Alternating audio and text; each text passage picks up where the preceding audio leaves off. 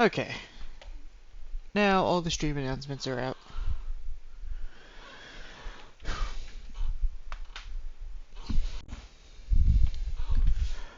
Welcome everyone. This is the ReBBL Playoffs, round of 16. Today we'll have Jim's Ro16 versus Richard Castlemania, and I'll be your host, Cheesy X. Starting us off with our team rundown, we have Jim's Ro16, coached by WN Miranda, who, if I had my ReBBL.net up, I could actually give you some stats on. WM Miranda is out of Ariel Premier. He is ranked 7th.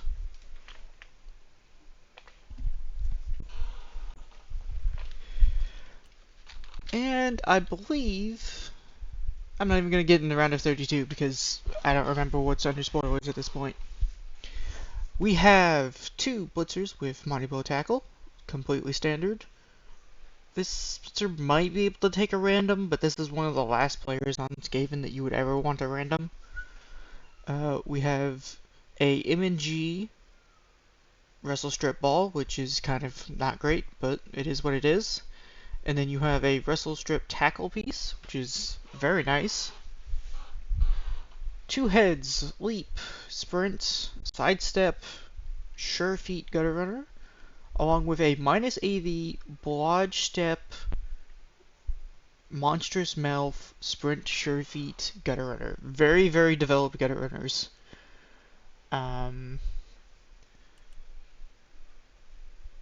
Base thrower, and then a kick lineman. Bunch of MNGs in this game. He's got 1, 2, 3, 4, 5, 6, 7, 8 players on the roster. So he's gonna get 3. Hang on one second.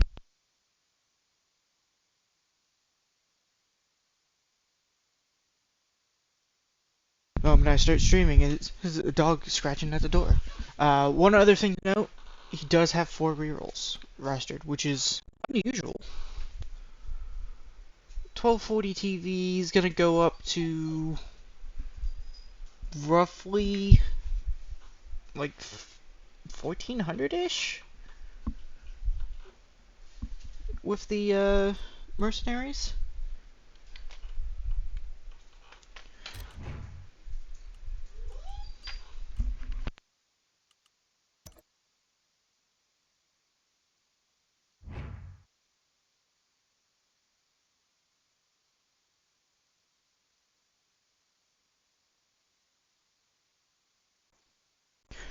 Moving on, we have Richard's Castlemania, a Wizardman team, out of Big O Premier at 5th, 5, 4, and 3. They have a fresh Croxagore. It is at 6 SPP. We'll likely see. We could see it pick up guard. I don't think we will. I'm assuming he's saving for block. So that's probably going to stay like that. We have some extremely beat up source. We have a block minus armor minus agi one that is currently MNG. Oh my lord, this dog is driving me insane. We have a minus passing minus armor block guard Mighty Blow Saurus, a standard block guard Mighty Blow, block minus passing, block Mighty Blow tackle Juggernaut Pro. That source is extremely developed. Does he have touchdowns? I am curious.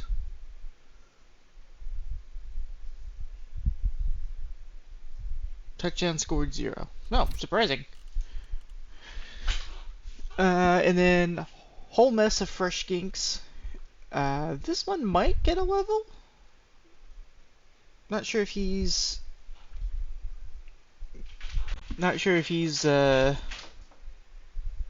saving for a double or not.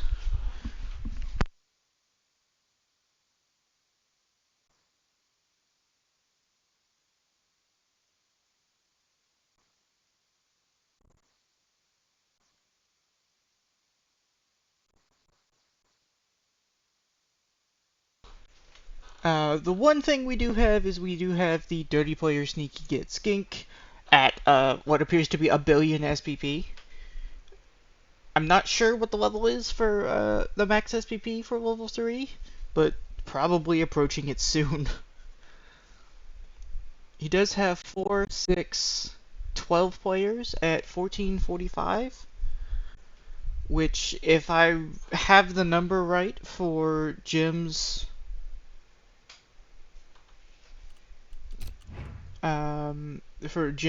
team, we might not see very many inducements out of this.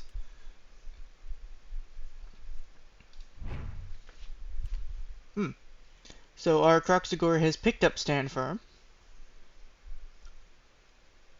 Not entirely sure of the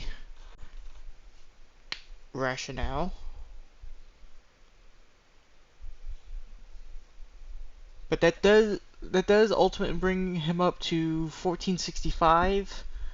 So we probably see, it might be roughly 65k of inducements if I have the number right, because I believe Jim is picking up roughly 150k of,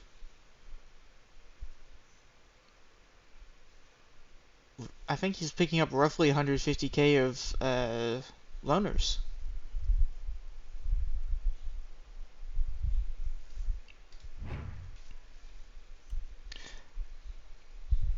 It is a lot of perms on Source. That is true. They are the players that get punched the most, though, so it's not surprising. And it's not like you're gonna replace a Source for minus passing or minus agi. These two pieces I probably wouldn't expect to see survive redraft.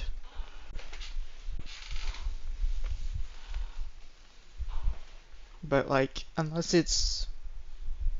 minus unless it's minus strength, you're not particularly worried. Like, even minus armor is not necessarily death for an experienced Source.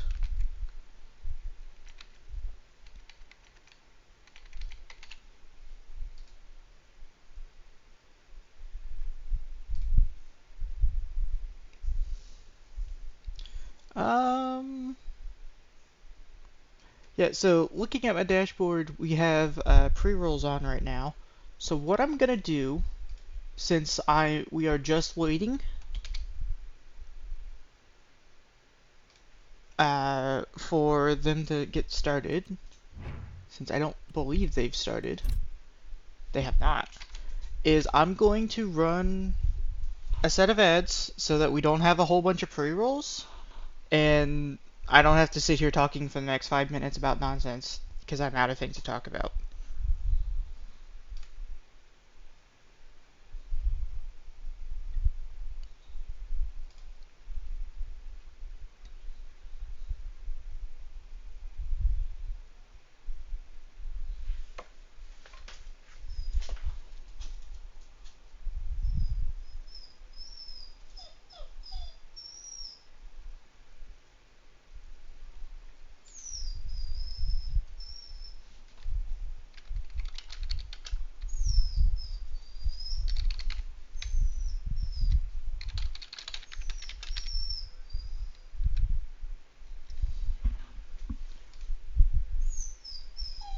Shortest ads you've ever seen.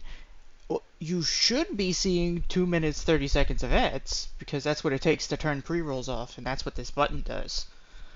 I mean, I'm seeing pre-rolls as off, and now this dog wants out. This dog has come in and out of my room like 4 times.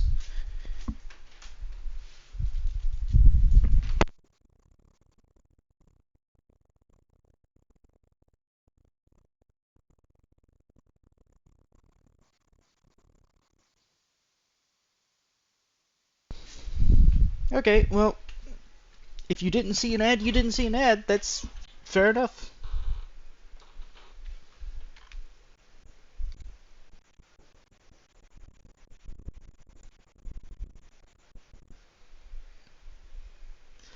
Yeah, you would have gotten an ad when you first joined the stream because we had pre-rolls on.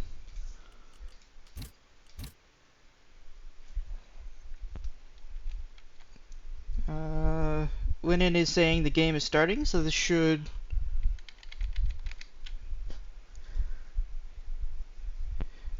be going.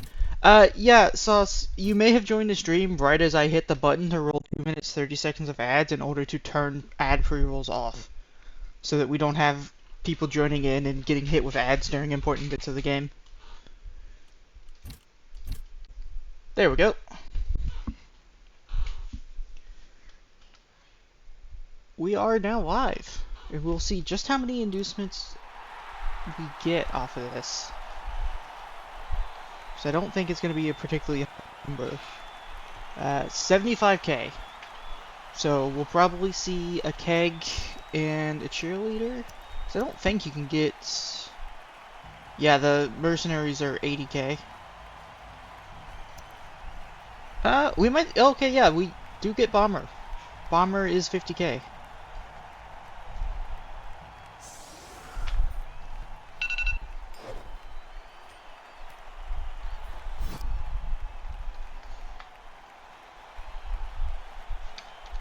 I just don't get to see who won the kickoff. Okay. Richard Castlemania has won the kickoff. Trying to decide whether or not, he wants to put the rats on defense, I expect. Opts to kick the ball. So he doesn't give rats the defense with full team. However,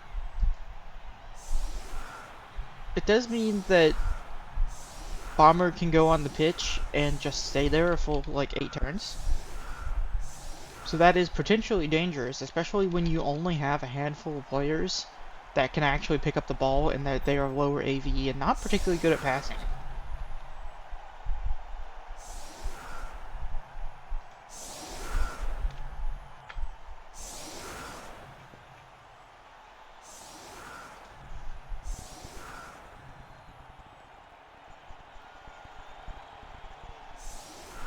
He's putting his... Surely he's not putting his most experienced Saurus on the line.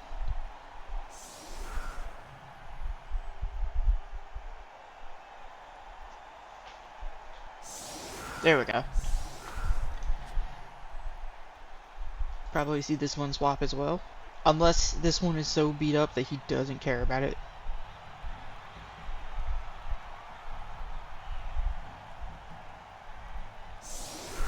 He leaves the minus AV one with more experience on the line. I'm assuming it's because he doesn't care about this piece and is not planning to take it when he redrafts. However, I would argue that this is a bad play. I would argue the correct play is you put this Bloxsaurus on the line and try to maintain your guard mighty blow. Because right now, he's got a fairly significant mighty blow advantage. And the losing one isn't gonna, like, change that. But at the same time, I think I'd rather have more.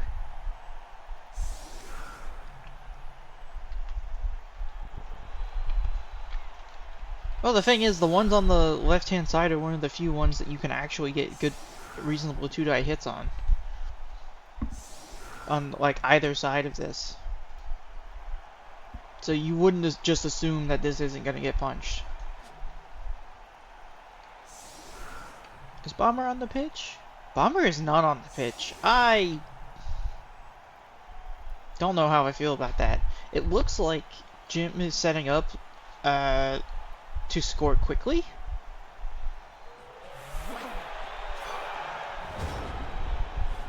Okay, so we lost the turn. That's arguably good for the rats since they got put on offense. So that's one less turn that the lizards have to score, one less turn of them being on defense. And yeah, he's just gonna make the sideline cage here. And just put some gutters over here. He wants to score very quickly so that he can get back on defense.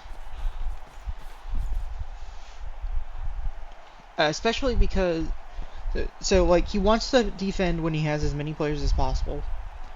And he also wants the Bomber to come on the pitch when he when he can kind of control where it's safe for the lizards to score. And also, if he spends like 5 or 6 turns going down the pitch, then the bomber just gets sent on the pitch and goes there for 2 turns. Pass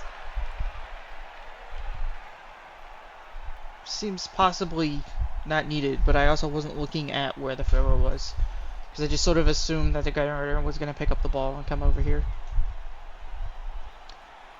Lennon won the toss, McMackey. So he chose to go on defense first.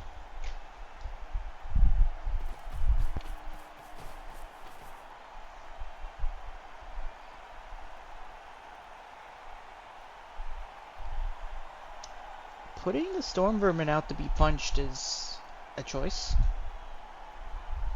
I feel like I would have put this Line Rat in that spot.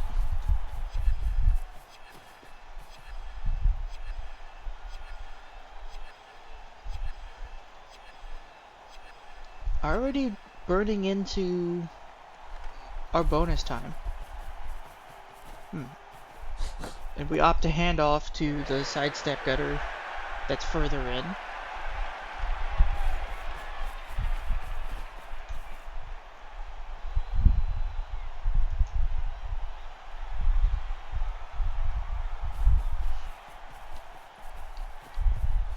And then just this gutter runner comes around here, just marks a skink, just being annoying. Yeah, okay, yeah, and then we punch a skink with Mighty Blow Tackle. Fair enough.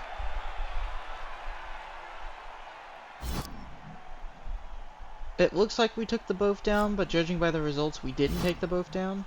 Sometimes the results are reversed, and I don't know why. So the question becomes, where does he want the Storm Vermin to end up? It looks like he just wants to be over here, forcing dodges off of tackle. I probably would have dodged this line right off. He's just going to take a Mighty Blow hit from a Saurus now, but maybe that's what he wants.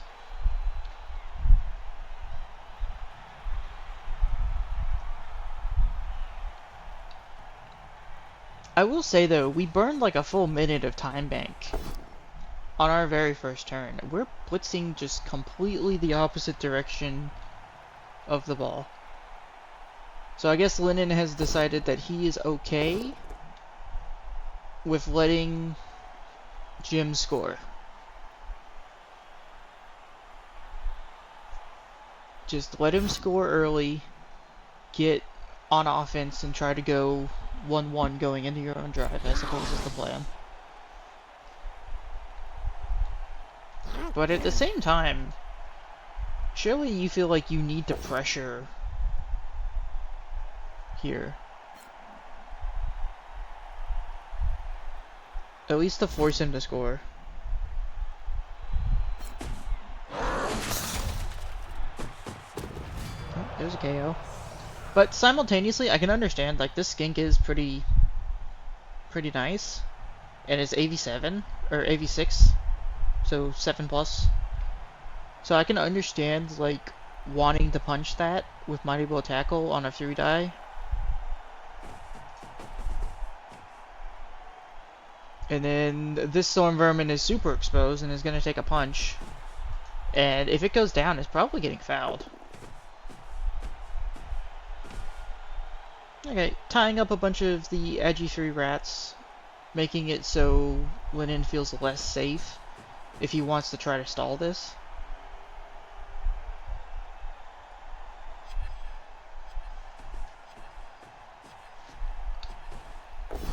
Just marking up as many rats as possible.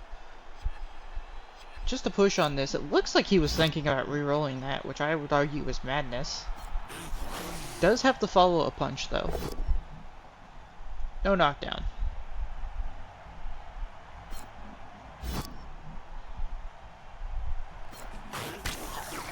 Does unfortunately provide a free punch with Mighty Blow Tackle block into a skink.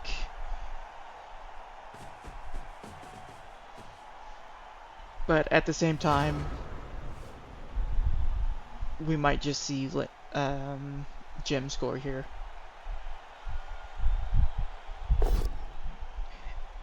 It could be reroll thoughts, it could also be just the general latency that Big O players deal with.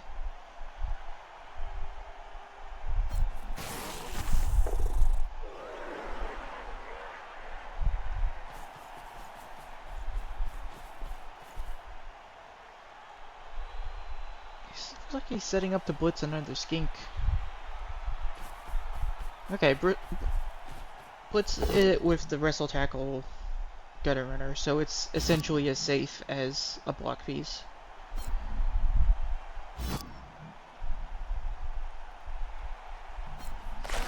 I mean, this is a nice little screen, so he could stall if he wanted to. We would just need like one more dodge, but I don't think he wants to. Yeah, just goes to score. Wants to get on defense while he still has players, and wants to use the bomber.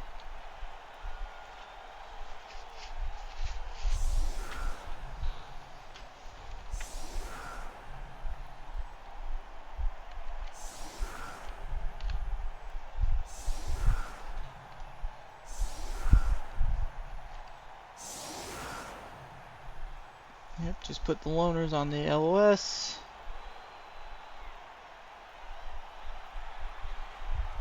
I would argue the thrower is probably what you put in front of a storm vermin, personally. But at the same time, like, maybe the bash war isn't how you win this, so maybe you don't care if the storm vermin gets KO'd.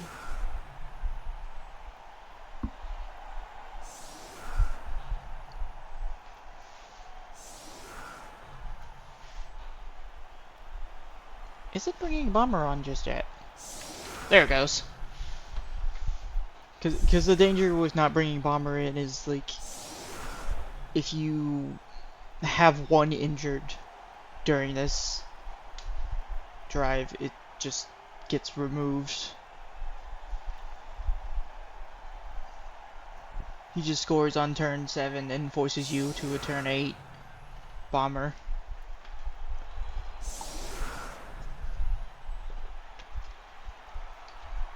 Should be noted, though, there's no sure hands on these kinks, and Jim has 4 rerolls. So we're probably going to see more than one dive with this wrestle tackle strip ball gutter aimed at his skink.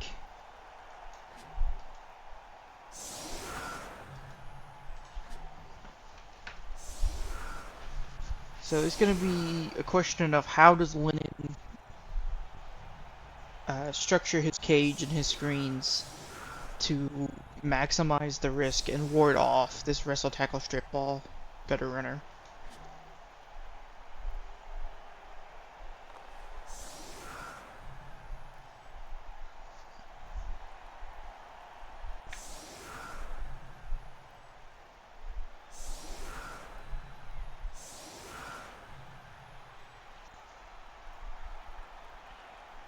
But at the same time, it should be noted that anytime the wrestle tackle strip does anything, it's under significant risk of being fouled by this 30 player sneaky git skink. So it's going to be an interesting balancing act for both coaches of risk versus reward.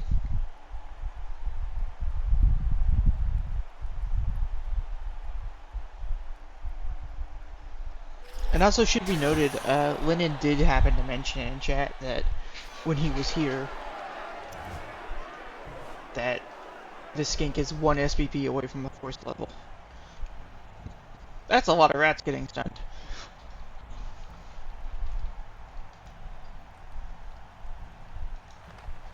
Theoretically opens up bomber to being blitzed. Like, you put a source here, and you blitz in here. And with all these players stunned, it's kind of hard to see what the rats do to counter and punish you for that movement. Alternatively, we could see a blitz on either of these gutter runners. We were just saying how important this wrestle tackle strip piece is. Like, this pitch invasion is kind of catastrophic for this positioning.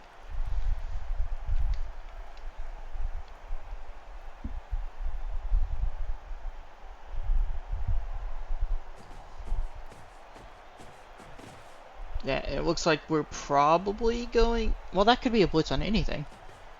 Yep, we're going for the bomb. Is just a push. Does Lennon re-roll this? Opts to re-roll it. Does get the both downs for the knockdown. And injures the bomber immediately. A catastrophic turn of events off this kickoff.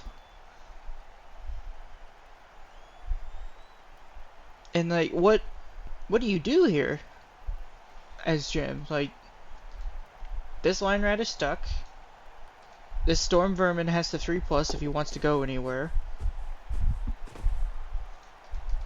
And these gutters now have the 3+ if they want to go anywhere. This is a little bit brutal.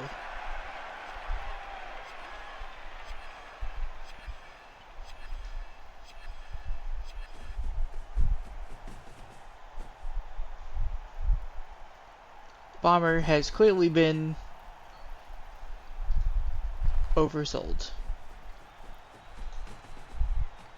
And then just making a proper cage with the skinks, because there is still a world where Jim runs around here and just dives at the ball. Just trying to limit that possibility as much as possible.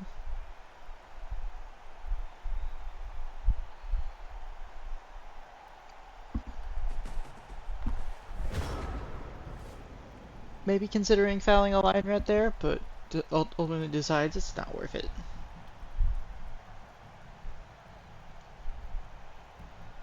So what do you do in this spot as Jim? There's no, like, easy way to develop a 2-die. This guy is sandwiched by guard on either ends.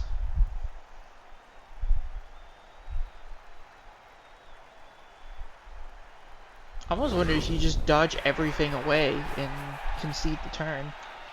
It looks like Jim is conceding most of the drive with that positioning. But I can understand it, like, how do you protect these gutter runners right now? You kinda don't.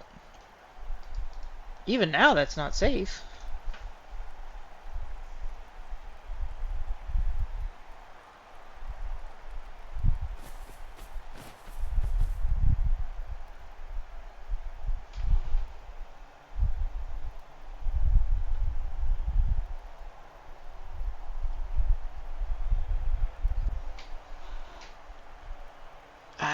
I'm struggling to think of a better option. Because the only other thing you could do is you could dodge out and put gutters here and here, and that generates a 2-die with Mighty Blow. But then, like, 2 of your best players are exposed to being blitzed.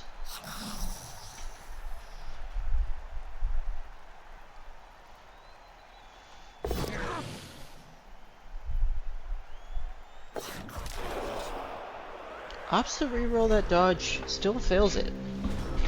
I find it interesting that he stood up this rat, and only this rat, to be punched. Struggling to see why you would stand up any of them in this moment.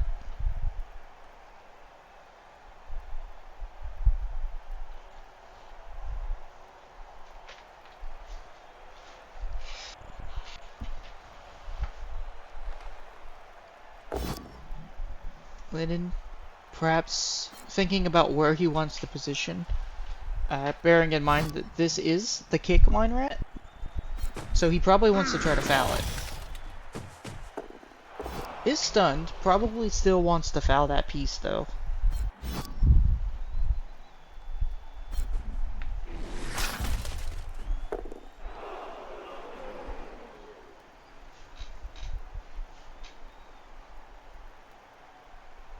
Maybe just form your cage here and bring all the extra pieces around just to foul this rat.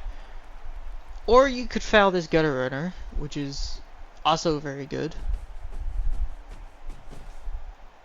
But at the same time, even though Jim's like kind of run away just because of the circumstances, this gutter runner is still fairly dangerous. You do have to be wary of just the random dive into the cage with wrestle tackle strip.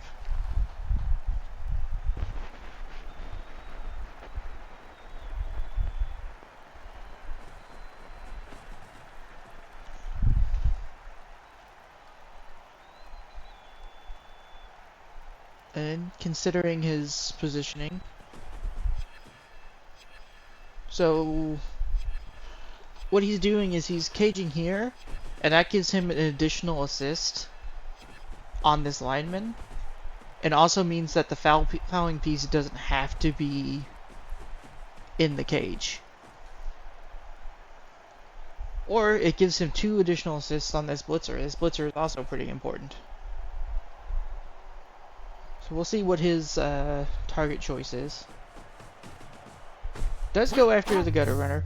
Does give it a serious injury though. That's a big deal. Because that doesn't automatically come back, and he chooses not to even try to appo it. That's one of the really good gutters just gone. And now the Croxagore is staring at the wrestle tackle strip piece. So even if he wants to try to dive, it has to go through like a 4 plus 3 plus just to get in that direction.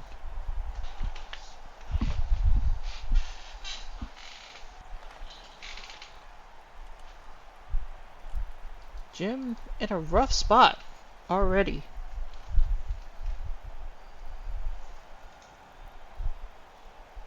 Still capable of doing the one turn. It is just harder with less rats, specifically less gutter runners, to pick up the ball.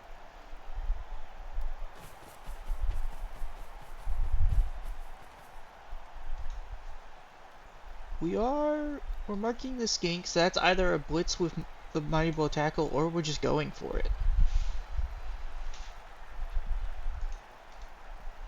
As risk, yeah, and we're just gonna punch with Mighty Blow tackle. We don't knock it down. I feel like I'd re-roll this, simply because what else am I gonna be doing for the rest of this drive?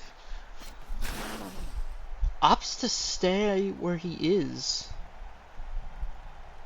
Just getting his Storm Vermin hit with Mighty Blow for free. It's an interesting choice.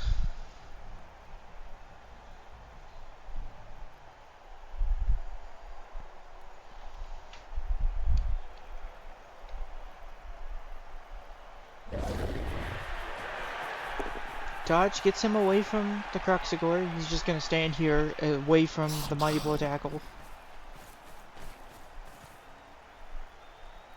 And it's just putting line rats near him.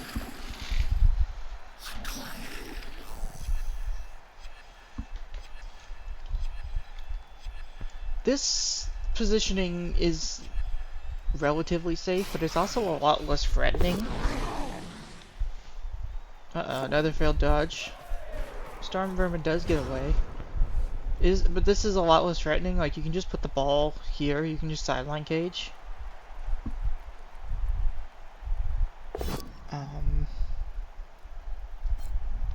Croxagore fails to do anything.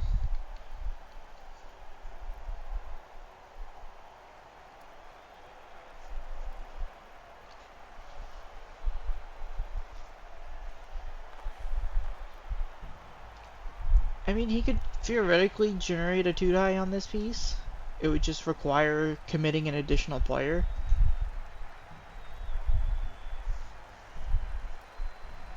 And it's not like Lennon is locked into going on either side. He could just as well come this direction and then just generate that blitz naturally.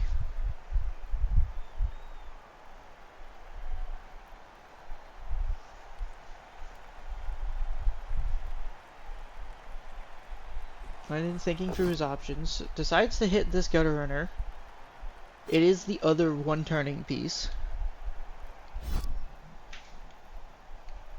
We get the POW. It is with Mighty Blow. Doesn't break. There is a foul piece, so we may see that getting fouled. Like, maybe we'll cage here, and the 2 cage corners are assists on the foul.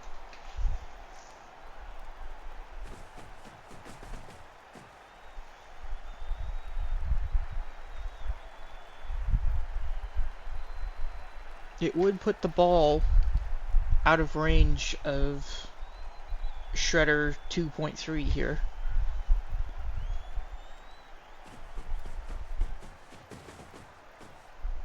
Ups the cage in range of the diving piece.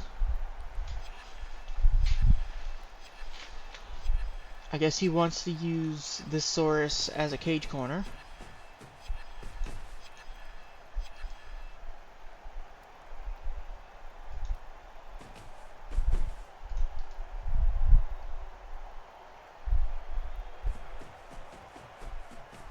Okay.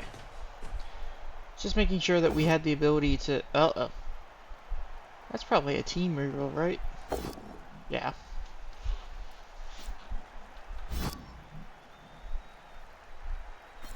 I don't like this. You could easily just put this cage 2 squares to the left, and then your ball is out of range of the only piece that has the ability to actually do anything. And that's another serious injury on the one-turner. He opts to Appo this one. The Appo does not stick. I mean, that skink is sent off. But I would argue you would trade that skink for this gutter runner any day of the week. Lennon is not going to be upset about that trade. He's now removed both of the one-turning skinks using fouls, along with knocking the bomber out turn 1. Jim suddenly in a disastrous position. Doesn't even have a skink, doesn't even have a gutter runner nearby to be able to recover this. This is his last gutter runner.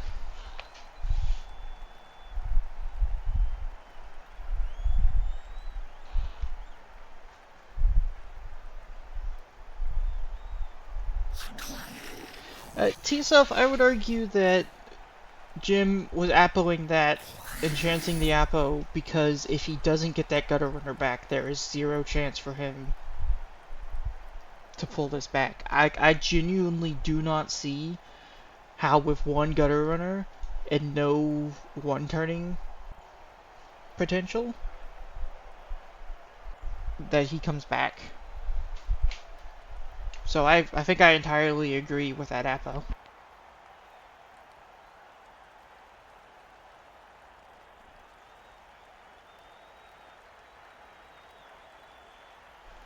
So the question becomes, does Jim decide that like he has no other options and he just dives for the ball in order to put it on the ground and force Lennon to have to roll dice? Or does he just concede? It looks like he's conceding the drive. So he just punches a skink and might put tackle on it, on the ball. It is just a stun.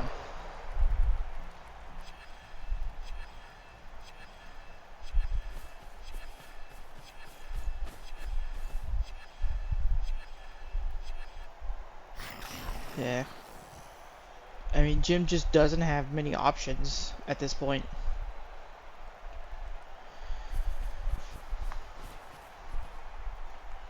Does manage to generate a 2 Dionysaurus, knocks it down.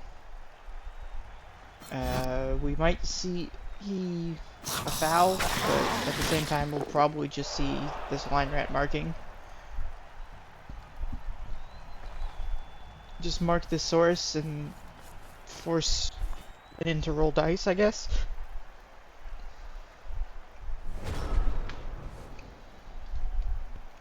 There's nowhere down here that is like out of range of the wrestle tackle piece. So it just comes down to how we position players around the ball. Funny thing is, Lennon doesn't actually need to like move the ball right now.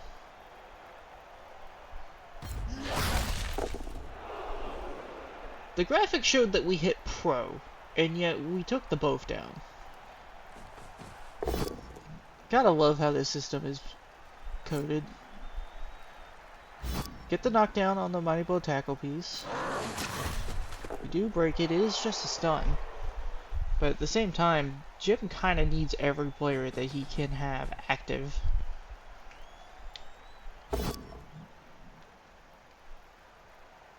Cleared off the cage. Another stun. Where do we put the Croxagore? Do we just have the Croxagore GFI into the Gutter Runner? Is that the plan? And just say, hey, you have to dodge off again or you're gonna get punched by a Croxagore?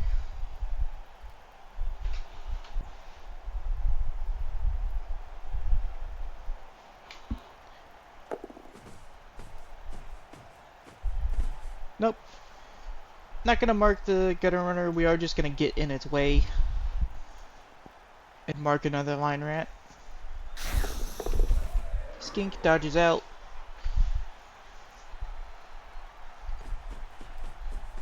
And just opts to get over here behind a Saurus. The only problem with this is, like, I feel like we could have made it harder for this Gutter Runner to dive in. Because we're rapidly approaching the point where if Jim is gonna do anything in this drive, it's because he's diving in.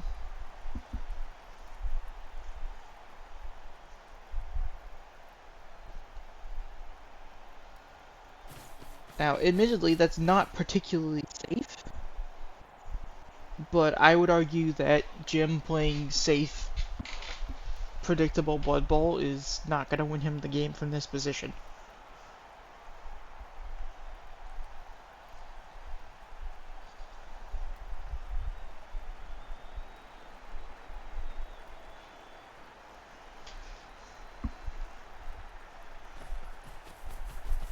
Opting to go from the front, where there is guard. Does get the knockdown, because this is a wrestle piece. It's interesting to me that he decided to go this direction. Maybe he wanted to try to scatter the ball up here and, like, YOLO pick up with a blitzer. Because all he had to do was move this blitzer and he could dodge in on the same dice. Just, well, no, because that's on tackle. So I guess that's fine. Because dodging through here is through tail, and up this, both these squares are tackle. So I guess that makes sense.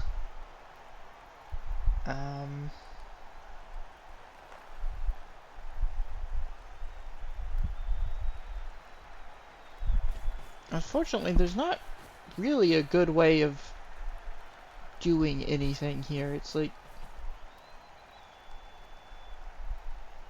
you just gotta hope that Lennon can't roll a 3+, and that's about it.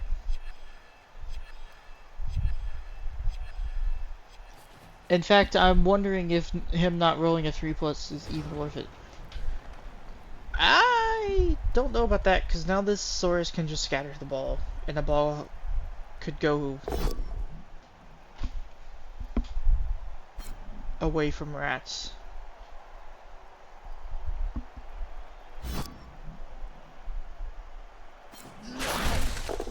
Let's get the first knockdown. And now he has the option to not scatter the ball.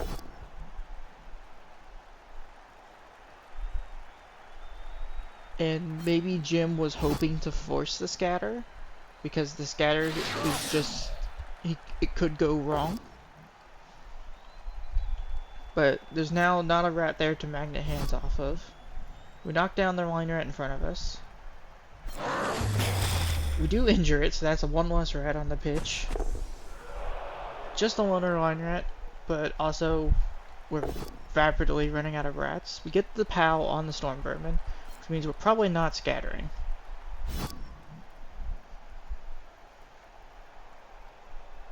Does opt to follow up off of the loner line rat.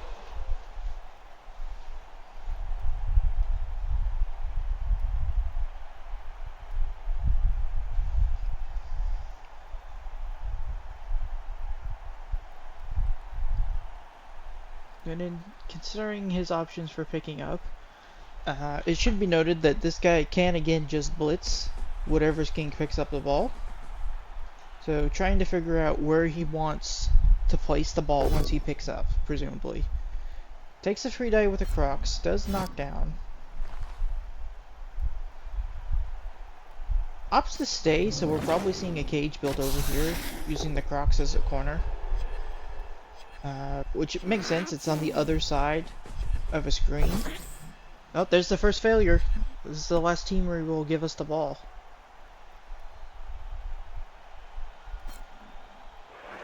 We do pick up the ball using that team reroll.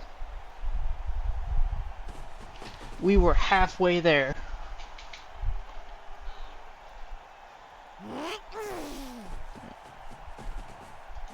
And now we just fill out these cage corners. And we choose to foul. We do get a stun. That is a bold play though. Because if this like rolls a double one or does an armor bust and this gets sent off, that's now a -2 dive for wrestle tackle strip. As opposed to -3.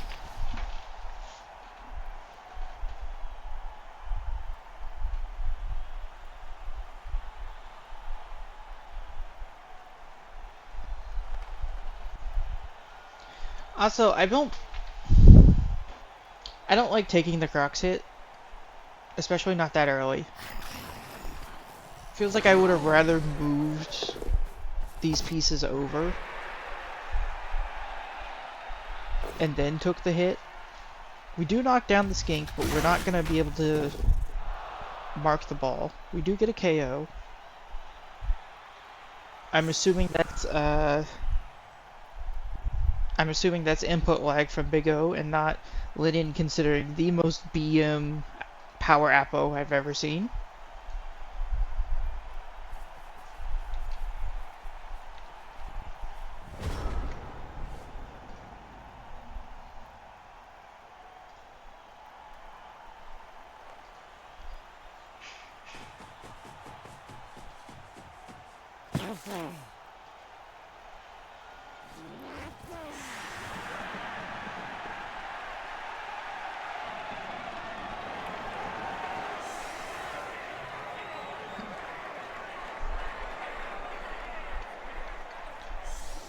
Yeah. So going into our second half, it is Linen's drive. It is tied up 1-1. WM Miranda has 3 Vine Rats, both of his Storm Vermin, his Thrower, a Line Rat with Kick, and a Wrestle Tackle Strip Ball Gutter Runner, and has used his Appo. He has 5 minutes 47 seconds of bonus time, but he just doesn't have the players to require bonus time, I would argue. He is out Bomber Dribbles Not, which was the majority of his inducements, out both of his one-turning gutters. Meanwhile, Linen has maintained his Appo and only has his Dirty Player Sneaky Get Skink sent off. So that gives us 3, 6, 8 Rats versus 4, 8, 10 Lizards. Linen going into this drive in a commanding position. Especially because, like, even if you dive in with the Wrestle Tackle Strip Ball and you knock the skink down and remove the ball, there's no good way of recovering, because there's no other gutter runners.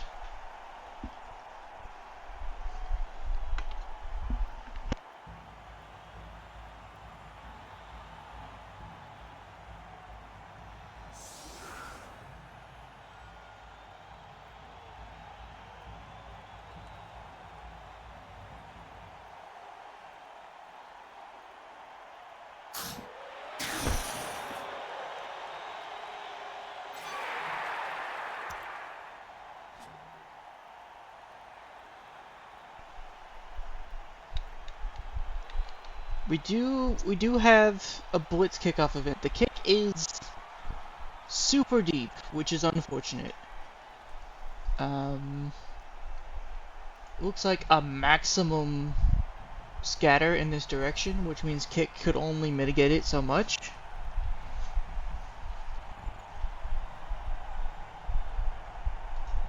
I mean, we could get the gutter runner downfield. We could like sideline screen off, get the gutter runner downfield, and then if Lennon fails the 3+ pickup, we could get something interesting. If the kick was like closer, this would be super exciting. That gutter runner is entirely exposed.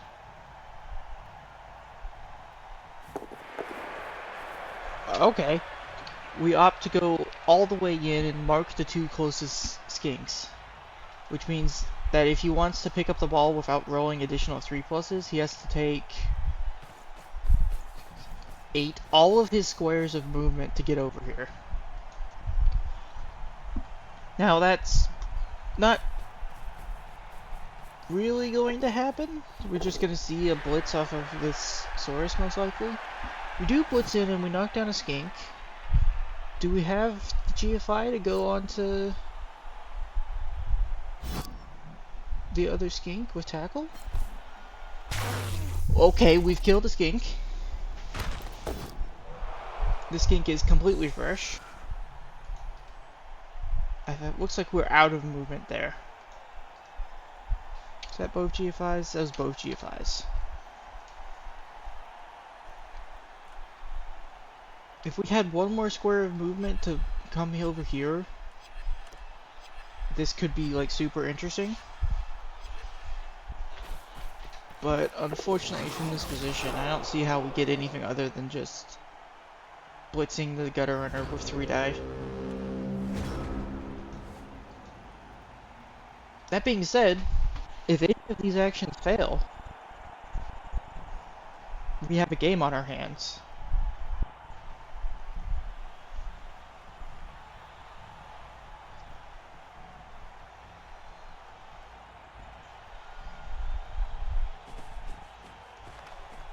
We do just open with the 3 die blitz on the gutter runner. We get the knockdown because of tackle.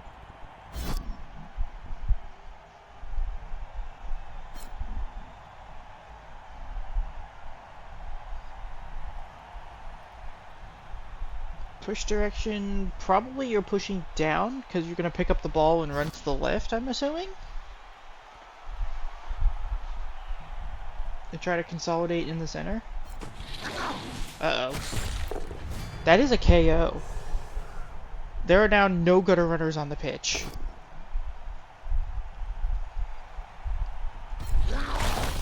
And with that, I feel like Lennon has got to be feeling like he's in a very, very strong position. Croxico decides not to move.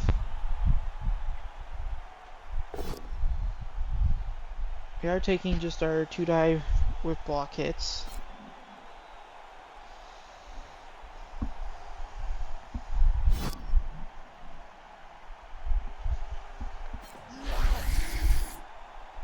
We are down to...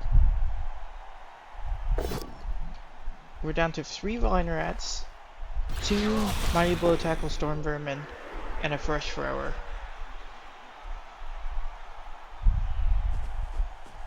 Jim's just in a really tough position now.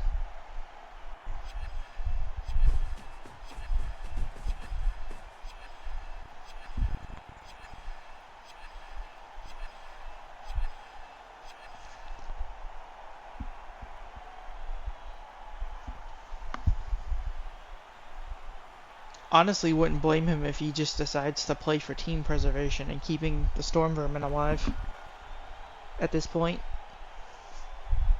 Let Lennon score on his turn 16, and if the gutter runner comes back and you can try to 1 turn, you can try to 1 turn. But I'm struggling to see how Jim comes back in this position. Short of just incredible dice.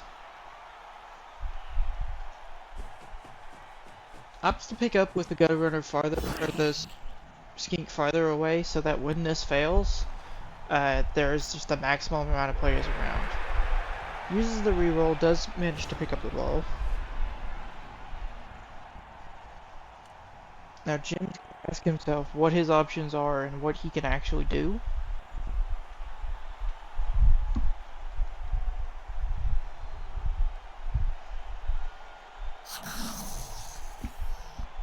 And to be honest, I'm struggling to figure out what those are.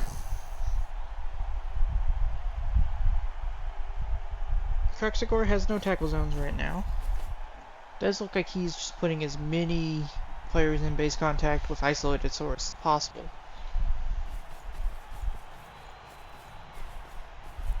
So we're probably going to take a Mighty Blow hit on this Saurus. And just moving as many players to be in the way of that skink rejoining the rest of its team.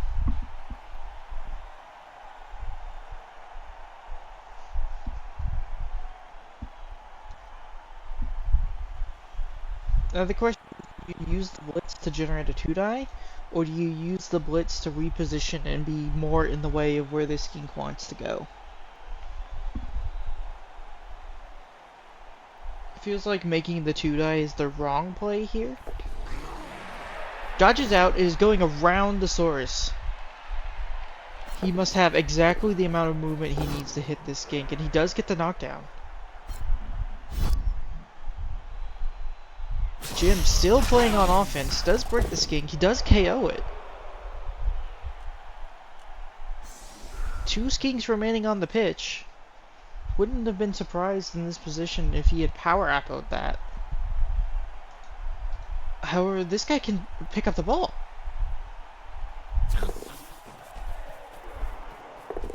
We pick it up. Do we activate the pass activation?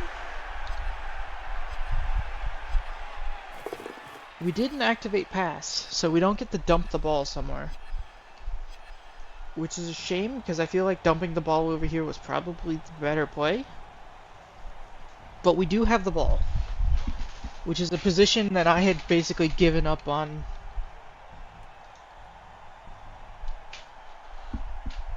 Unfortunately, there's no good way of protecting this. I mean, everything is in base contact, so these Saurus are not doing anything. So he has to rely on this Croxagore to blitz the ball. And that's a dicey proposition. We do remove another rat, which means that there's now not enough rats to mark Allosaurus and do things. So presumably, we're just going to see this Croxagore blitz. And if he rolls a 1 or gets like a skull both down, we have a game on our hands. Opts not to blitz with the Croxagore. Does that mean he's dodging out with this skink and just taking a 2-die blitz with skinks? Well, you can punch. He can punch this, which adds an extra 2-die. I don't like this. These punches do not matter to the game state. These punches you take absolute last actions of the turn, in my opinion, because these don't progress your game state at all. Neither does this one. This one is more likely to affect game state, but at the same time, like, those 3 blocks don't really affect the game state. This is the important action. You should not take anything else before doing this.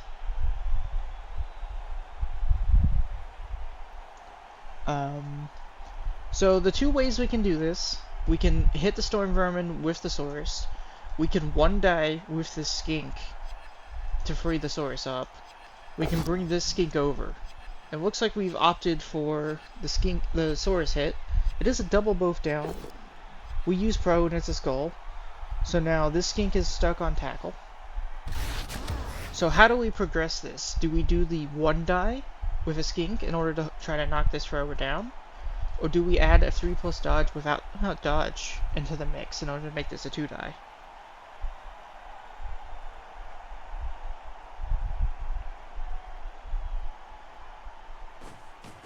Looks like we are taking a 2-die going this. So I don't like this skink being the blitzer. I understand, like, it adds an additional skink over here for if this dodge fails. But I would have rather blitzed in this direction in order to pin the thrower behind multiple layers of skinks. The ball scatters out, and that's the other thing I don't like, is that it also forces the knockdown to go to the side. Meaning there was a 3 and 8 that it would scatter out. Ball scatters out, and unfortunately for Jim, it comes back in and lands way over here, which is in range.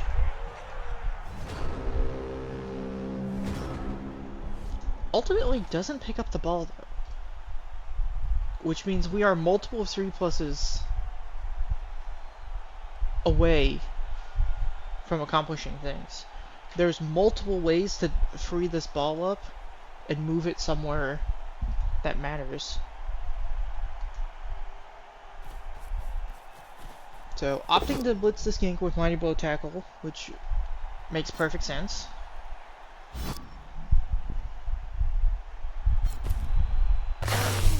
That's another injured skink. There's now one skink on the pitch.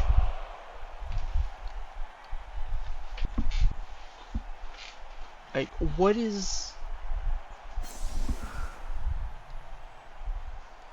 Jim just removing skinks. Opts to pick up the ball with the blitzer. Re-rolls it double one.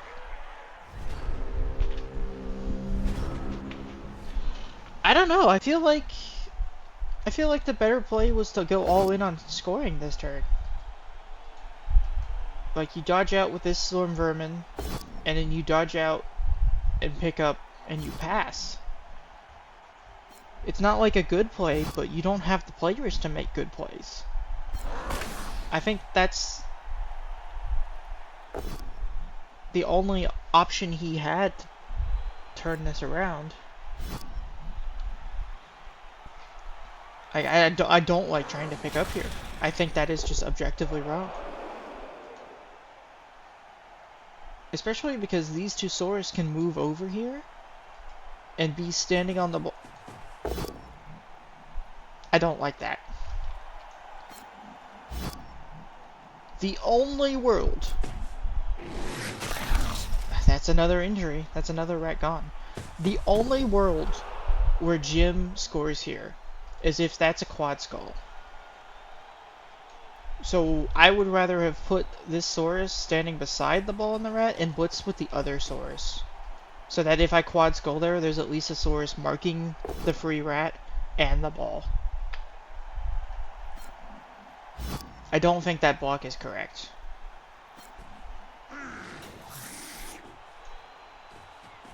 That being said, we did knock down the rat. We removed the rat. We're failing to pick up the ball and not re-rolling. I mean, it's about as safe as it's gonna get, but I don't think I would do that.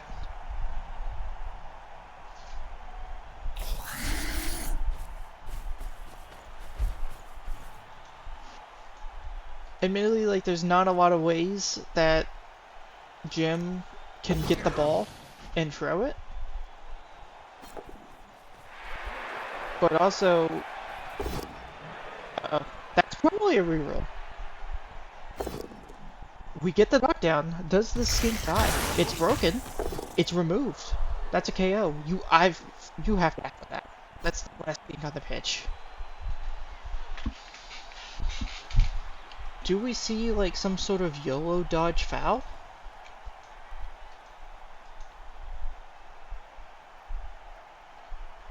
I mean, that's one more turn that Linen can't advance the ball.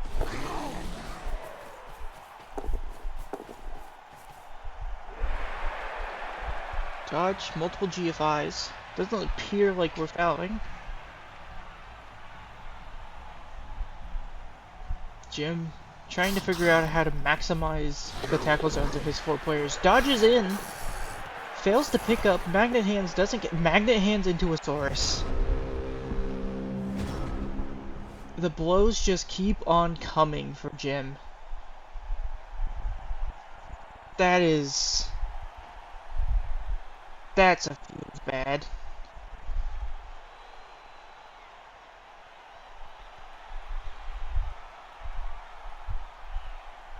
Like, I don't know what you do about that.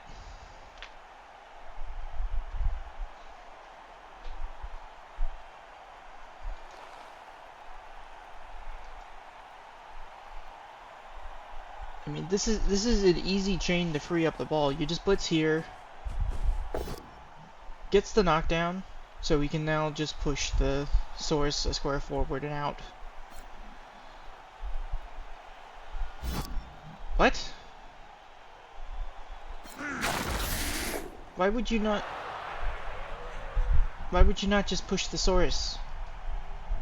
You get the source gains a square, and this line rat doesn't gain a square. And you leave the line rats in a line, and you just put a source here and here, and then they're all stuck. I'm confused why you would do that.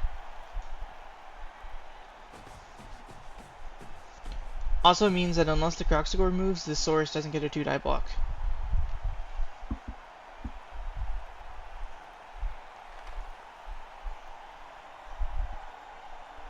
Like, you're in a commanding position, but I would argue that that is just sloppy.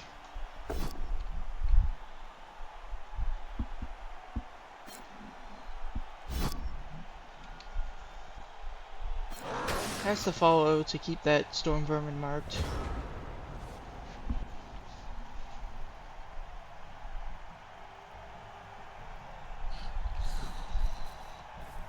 Now Jim, having to figure out how he's going to use his few remaining players.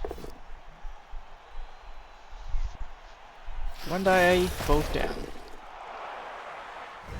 And unfortunately for Jim, I think that that is the final nail in the coffin. The coffin has about 27 nails in it right now.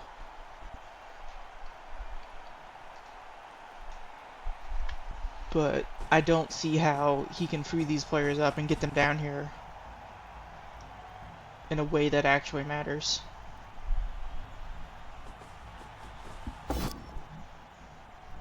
We get a knockdown on the thrower.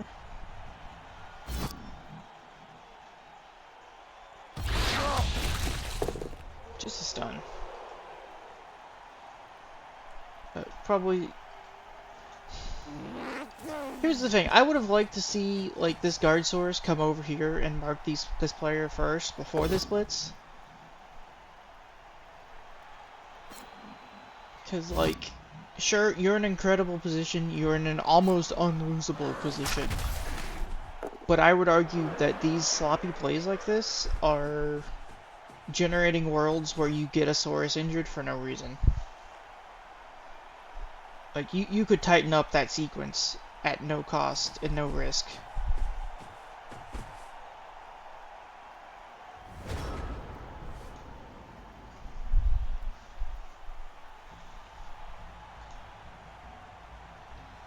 Jim probably thinking about just staying down at this point. I don't see how he could gain anything from this. It does opt to just blitz a skink. Doesn't get the knockdown.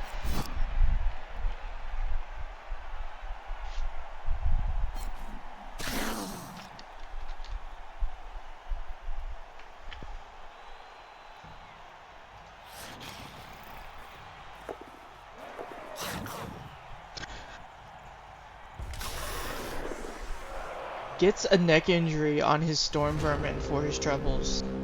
Mine is Edgy Blitzer. I'm gonna be honest, I don't think I would have done that. I don't think he really gains anything from moving downfield. But again, like, just the hits keep on coming for Jim. And I mean, kudos for him to continuing the fight at a point where I think most of us would have given up. I certainly would have given up.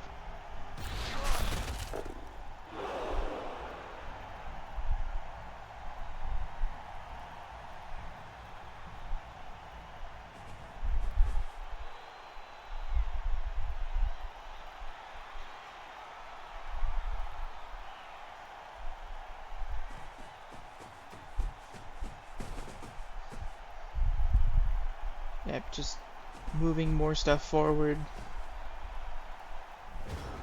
Moves the skink here both to protect it and in case some like near impossibility means that Hollow Knight gets knocked down.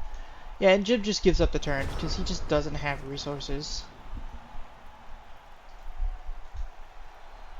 Yeah, this line rat is not in range to hit anything, so Lennon doesn't even have to do anything. He does need to score here. This is the ultimate test of a playoff coach, is to actually know what turn it is. And he does score on turn 16.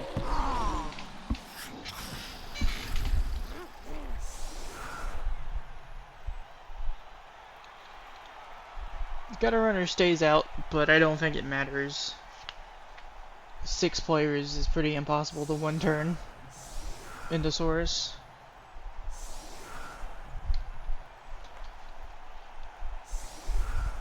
So that is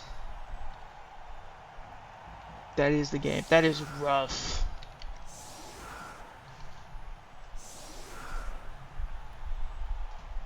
That is just a rough game.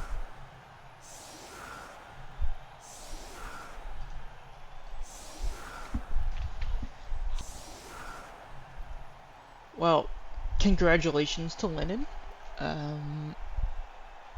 And commiserations to Jim, who basically didn't get to play half of the game. I almost feel bad for Jim having watched this sequence of events play out.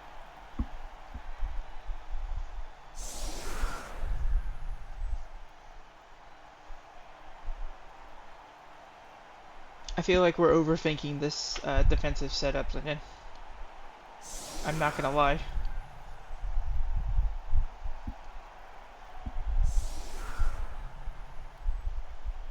And I guess we'll try to get a pass in on a line rat, or maybe we'll blitz and foul the Saurus out of spite. Oh, the thrower's back here. We'll probably pass with the thrower. Jim does get a reroll. He can use that to try to blitz down the Saurus and foul it if he wants. Which I'm assuming is his plan.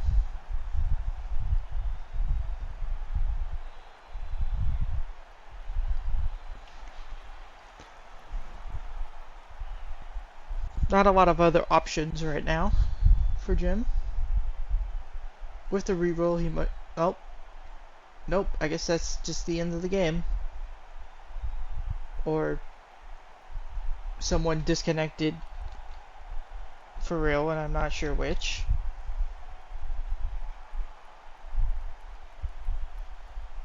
Hopefully, this isn't another server issue where the server decides to eat the game that's in progress.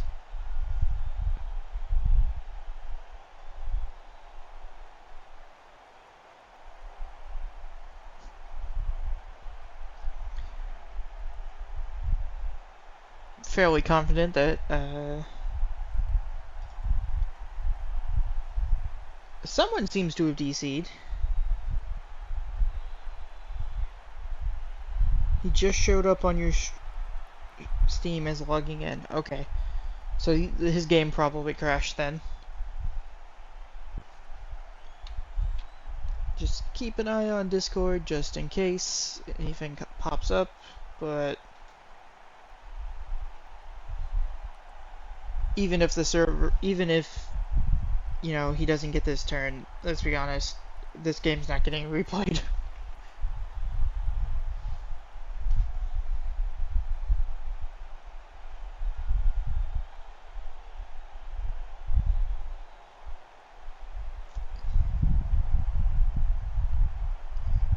Winning, hopping in chat to confirm that this is a crash.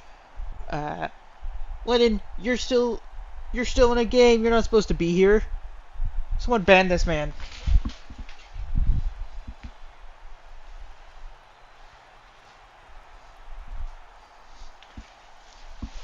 Cheating. Ban him. Yeah, Lennon, Jim basically didn't get to play.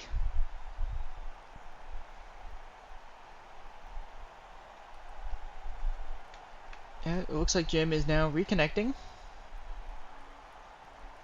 So now we will maybe see this source die. See if Jim can take his pound of flesh away with this game, with the death of King's Dave.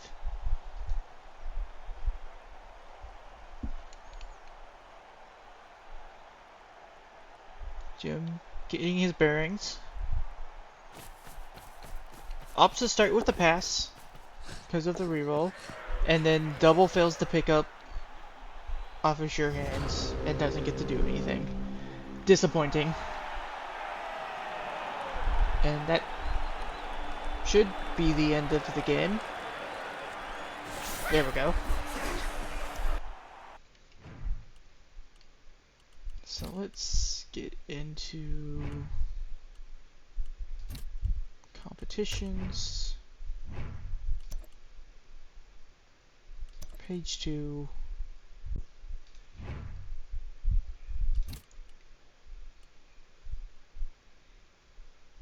Hello?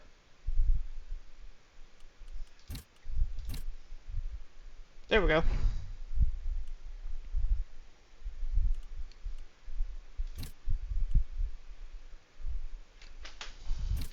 So, MVPs.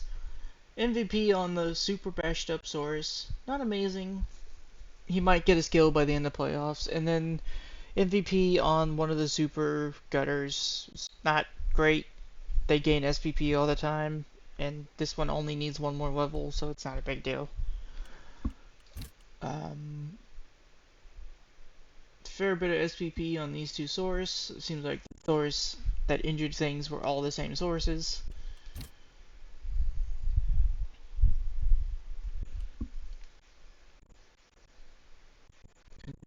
Armor value stuff is a bit bleak.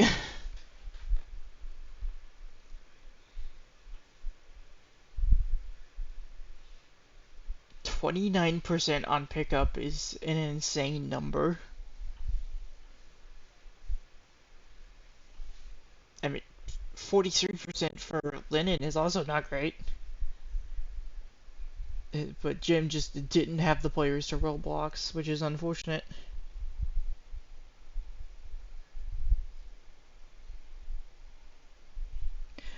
Linen, I'm going to be honest, I think the first kickoff event ended the game. Like, that put Jim off to such an awful start.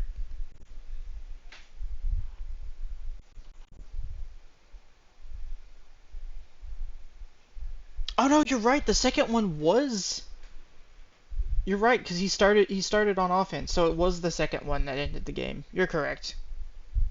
You're right. You're right. I had already forgotten about the first two turns of the game because they ultimately didn't matter.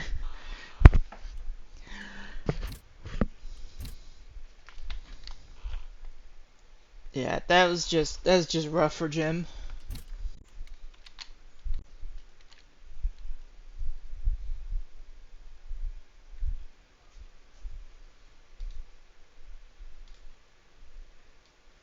Yeah. So that has been the ReBBL Playoffs round of 16. Jim's Rats versus Richard's Castlemania. I've been CheesyX. I hope you've enjoyed. If you're new here, give me a follow, because there will be more Blood Bowl to continue. Our next game scheduled is tomorrow morning, I believe.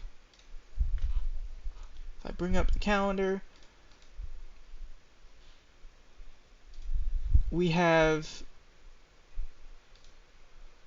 Yeah, so we have Saturday at 9 a.m. Central, which I believe is 0100 UTC?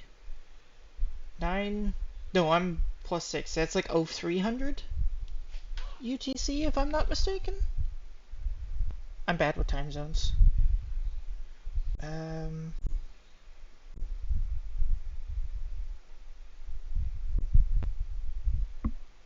So 9. Okay, so it would be correction. It'd be 0200 UTC.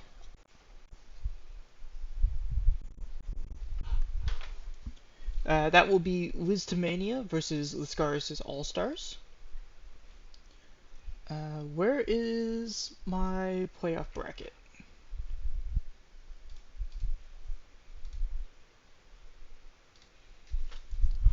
We'll see who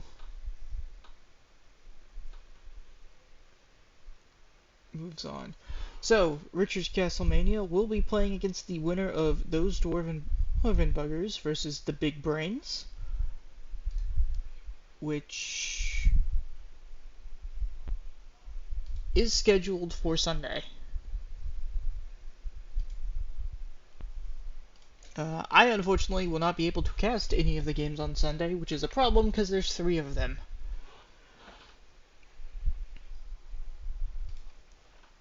That being said, that's all I have for you right now. So I think I'm done.